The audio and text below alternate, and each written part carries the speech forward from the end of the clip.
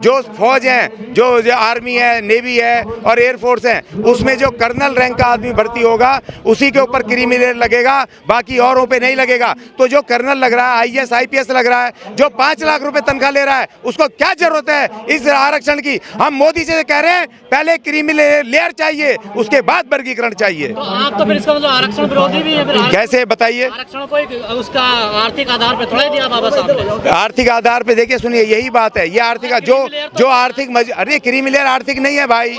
जो लोग ले चुके हैं इसका बेनिफिट लेकर के शैक्षणिक रूप से और आर्थिक रूप से मजबूत हो गए, उनको बाहर करके जो कमजोर रह गए उनको देना है। उनको भी तो आर्थिक शैक्षणिक बाहर लाना है। तो आपका कौन सा हो रहा है? जो मालदार हो गए, जिनके होटल हैं, जिनके पेट्रोल पंप हैं, जिनके वो हैं, अरे चुप रहो यार, जिनके पेट्रोल पंप हैं, बड़े बड़े बिजनेस जो कि डिक्की के अरबों खरबोपति हैं, उनको भी चाहिए क्या? वो उनको छोड़ना नहीं चाहिए। जो गरीब समाज जो वहां पर बैठ करके झाड़ू मार रहा है या जो मोची का काम कर रहा है, जिससे राहुल गांधी मिलने गए थे, उसको नहीं चाहिए रिजर्वेशन, उसको भी चाहिए रिजर्वेशन। तो इसलिए आखिरी पायदान वाले को दिया है। ये सामाजिक न्याय के ऊपर आधारित ये पूरा का पूरा वो है। देखिए, जबकि जो क्रीमी लेयर को वो प्रधानमंत्री जी मना कर चुके हैं, लेकिन हम कह रहे हैं कि क्रीमी लेयर भी लागू करो। नहीं रोका होता तो उनको मिलता नहीं। जो मोची है, देखिए सुनिए, हाँ यस देखिए आप, अरे आप सुनिए, आप नहीं पूछ लिया रोका कैसे? मैं बताता हूँ कैसे रोका है। देखिए, सवाल इस बात का है, जो हमारे BR गवई साहब जो अनुसूचित जाति के जज हैं उसमें 7 में से, उन्होंने कहा क्लियरली कि चंद लोग इस रिजर्वेशन का लाभ ले रहे हैं। उन्होंने कोई जाति नहीं बोली, उन्होंने बोले चंद लोग लगातार इसको रिपीटेडली उसको ले रहे हैं। और एक जज ने कहा कि पीढ़ी दर पीढ़ी चंद लोग इसका फायदा ले रहे हैं। एक ही जाति में, चमार जाटव जाति में भी जो गरीब है ना 70%, उन तक भी नहीं मिला है। एक घर में 4-4 IAS, एक घर में 4-4 डॉक्टर, एक घर में बिजनेसमैन भी, IAS भी और नौकरियां भी। तो आपको तो खुद इसको कहना चाहिए कि हर जाति के कमजोरों को मिलना चाहिए, क्रीमी लेयर लगना चाहिए। और उन्होंने एक सजेशन दिया है कि राज्य सरकारें ये पहले तो, हाँ हमारे पक्ष में नहीं, ये आपके भी पक्ष में 2004 में गया था। देखिए, आपको शायद इतिहास नहीं पता है, लंबे समय से केस चल रहा है। अरे भाई 2004, अरे भाई सुनिए, आपको पता है ये जो कोलोजियम कब से चालू हुआ? पता है? 93 से शुरू हुआ है। और ये क्यों हुआ है? चलो इसी में कोलोजियम पे मैं बोल देता हूँ। देखिए, 3 ऑर्डर ऐसे आए, जिसमें कि 81 में पहला आया जब इंदिरा गांधी की सरकार थी, तो पॉलिटिशियन जो है ये तमाम लोग अपने लोगों को भरते थे जज वगैरह बनाने के लिए। 3 ऐसे हिस्टोरिकल जज हुए, इस तरह के उसके ऊपर केसेस लगे। और उस समय जब पॉलिटिशियन करते थे, हर सरकार जो है कि अपना बना देगी। जैसे अभी लफड़ा चल रहा ना CD का, CBI का, सुनिए, नहीं अब नहीं चुन रहे। अब ये चीफ जस्टिस और 4 सीनियर जज हाई कोर्टों के, वो इसको चुनेंगे और वो जज बनाएंगे। और कहीं तक ये बेहतर भी है, क्योंकि इसमें पॉलिटिशियनों का हाथ नहीं है। आज जब आपको पुलिस उठाती है भ्रष्टाचारियों को, ED वाले, आप कहते हो ये डायरेक्टर जो है वो सरकार ने भर्ती किया है। जब इलेक्शन कमीशन से वो EVM नहीं हटाता, आप कहते हो ये मोदी ने भर्ती किया है। अब जो कोलोजियम से जहां मोदी का हस्तक्षेप नहीं है, तो वहां पर आप कह रहे हो कि मोदी के हाथ में दे दो। यार बड़ी बात, डबल बात मत करो, एक बात करो। देखिए, 2014 में इस सरकार ने, मोदी सरकार ने, जो आर्टिकल 124 जो कि इसमें जजों को भर्ती का उसमें वो था, उसमें उन्होंने संशोधन करके एक क्लॉज जीता। मैं सपोर्ट में नहीं हूं, लेकिन मैं कह रहा हूं कि पॉलिटिशियनों के हाथ में जाने से बेहतर है ये कोलोजियम है। और लेकिन मैं इसमें ये कहता हूं कोलोजियम सिस्टम रहे, लेकिन इसमें SC/ST का रिजर्वेशन लागू हो। देखिए, बहुत ही ऐतिहासिक क्षण है कि आज यहाँ पर वो तमाम जातियाँ जो वंचित जातियाँ थी, जिनको माननीय सुप्रीम कोर्ट ने रिजर्वेशन में हिस्सेदारी दी है, वो तमाम लोग यहाँ खड़े होकर के माननीय सुप्रीम कोर्ट का धन्यवाद अदा कर रहे हैं, उन जजों का धन्यवाद अदा कर रहे हैं। और माननीय प्रधानमंत्री जी भारत सरकार को कहने आए कि उस वर्गीकरण को, उस आदेश को सुप्रीम कोर्ट के जल्दी से जल्दी लागू किया जाए। इसके लिए आज जंतर मंतर पे तमाम देश से आए हुए यहाँ पर वंचित जातियों के अलग अलग प्रतिनिधि यहाँ पर पहुँचे हैं अपने अपने दल बल के साथ, और हजारों की तादाद में आज यहाँ पर तमाम है। एक ये ऐतिहासिक क्षण है कि अब एक जो SC/ST की जो कभी एकता नहीं बनती थी, आज वो एकता की तरफ बढ़ रहे हैं। और एक अच्छी बात है, और मैं इसका स्वागत करता हूँ। नई सरकार ने मना नहीं किया है, उन्होंने मना नहीं किया।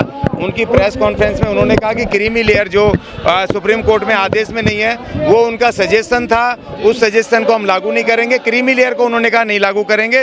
वर्गीकरण पे उन्होंने अभी कुछ नहीं कहा है, और उन्होंने कहा कि जैसे बाबा साहब के द्वारा सभी वो रिजर्वेशन है वैसे ही रहेगा। और बाबा साहब का रिजर्वेशन ये था कि जो पूना पैक्ट में भी उन्होंने कहा कि जिन दलित जातियों की, अछूत जातियों की सरकारी सेवाओं में, शिक्षा में प्रतिनिधित्व नहीं है, उनको मिलना चाहिए। वही संविधान कहता है, और वही माननीय सुप्रीम कोर्ट ने कहा। तो बाबा साहब के संविधान के हिसाब से ही ये आदेश है, और हम इसका स्वागत करते हैं। 341 तो नहीं कहता ना इस बात को, आपने भी पढ़ा होगा संविधान। नहीं, 341 क्या कहता है? नहीं तो 341 का इसका उल्लंघन थोड़ा ही है।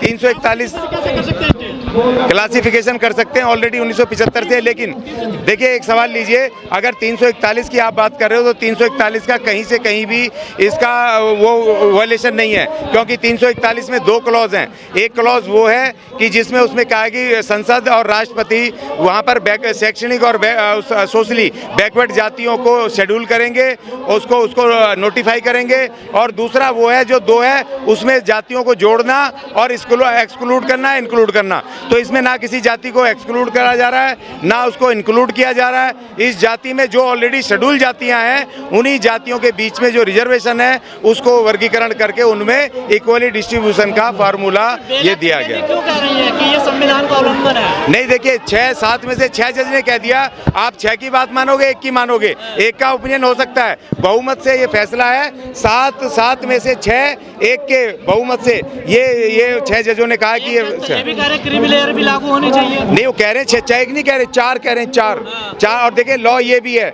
जो बहुत सारे लेयर के साथ है। हाँ, नहीं, बिल्कुल क्रीमी लेयर के साथ है। बिना क्रीमी लेयर के ये वर्गीकरण अधूरा है, और क्रीमी लेयर लागू होना चाहिए। और क्रीमी लेयर को लोग समझ नहीं रहे। इस तरीके से उन्होंने बता दिया जो विरोधी पक्ष है कि जैसे सफाई कर्मचारी पक्का है उसी पे आज लगने वाला है। ये इसके 3-4 क्राइटेरिया हैं। ये क्रीमी लेयर लगना चाहिए, तभी उसका आखिरी पायदान पे 40 या 50,000 रुपए तनख्वाह ले रहा है, उस पर नहीं लगेगा? नहीं लगेगा। मैं आपको ये अच्छा सवाल है, मैं बता देता हूँ। उसके 3 क्राइटेरिया हैं। एक क्राइटेरिया ये है जो 8 लाख रुपए तक का जो सालाना इनकम की वो है, उसके ऊपर सीमा वो है प्राइवेट सेक्टर में जो लोग काम करते हैं, सरकारी क्षेत्र वाले नहीं है। और जो 8 लाख कमाएगा, इसका मतलब उसकी 70,000 रुपए महीने की तनख्वाह होगी, और 70,000 रुपए होगी तो उसको जरूरत नहीं है रिजर्वेशन की। और दूसरी बात, जो सरकारी क्षेत्र में सरकारी कर्मचारी पर उसका फाइनेंशियल क्राइटेरिया नहीं है, ये 8 लाख रुपए का बाउंडेशन नहीं है। नहीं, सुनिए, उनके ऊपर है जो सरकारी कर्मचारी सीधा 1 क्लास अधिकारी भर्ती होगा, IAS, IPS, गेजेटेड ऑफिसर, वो इससे बाहर रहेगा इसके दायरे से। बाकी सफाई कर्मचारी, क्लर्क, फलाने डिकड़े, B कैटेगरी तक के जो कर्मचारी हैं परमानेंट, उनके ऊपर ये क्रीमी लेयर लागू नहीं होता। देखिए, आप क्या ये नेताओं के हाथ में देना चाहते हो क्या? जैसे पुलिस का अफसर बनाती है, वो डिप्यूट करती है SP, DSP या कलेक्टर, ये प्रधानमंत्री या ये होम मिनिस्टर डिप्यूट करते हैं, तो उन्हीं की तो बात सुनते हैं। आज न्यायपालिका इन नेताओं के चंगुल से दूर है, और आपको बुरा लग रहा है जब ये 2004 में आपके पक्ष में दिया था, जो आज ये विरोधी चिल्ला रहे हैं। इसी संवैधानिक पीठ ने 2004 में उनके पक्ष में फैसला दिया था, 5 जजों की खंडपीठ ने। तब ये तो आपको कोलोजियम के नहीं दिखाई दिए, तब ये बामन ठाकुर बनिए नहीं दिखाई दिए। 2004 में 2018 में जब SC ST एक्ट को लेकर फैसला सुप्रीम कोर्ट, आप भी सड़कों पर थे, तो वो सबके खिलाफ था। देखिए, SC ST एक्ट था वो एक मिनट,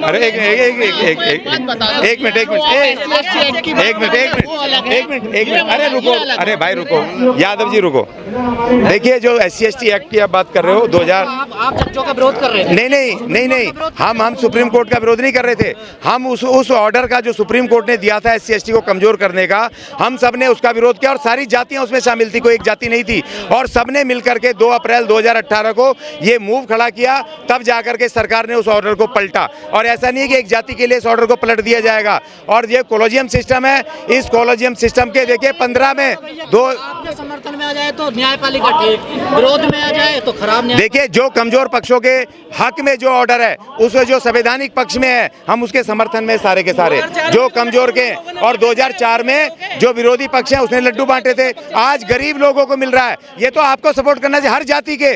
और इन्होंने भड़का दिया चमार जाति बाहर करे जा रही है, कोई नहीं चाह रही। चमार जाति के, वाल्मीकि जाति के या और जातियों के वो लोग बाहर जाएंगे जिन लोगों ने माल कमा रखा है, और उनके सबकी जातियों के गरीबों को मिलेगा। सपोर्ट करो इसका, हम समर्थन करते हैं। समर्थन में नहीं, आप तो क्रीमी लेयर के समर्थन में। क्रीमी लेयर वर्गीकरण क्रीमी लेयर के बिना अधूरा है। प्रधानमंत्री महोदय, वर्गीकरण के साथ क्रीमी लेयर लागू करो, ये हमारी मांग है।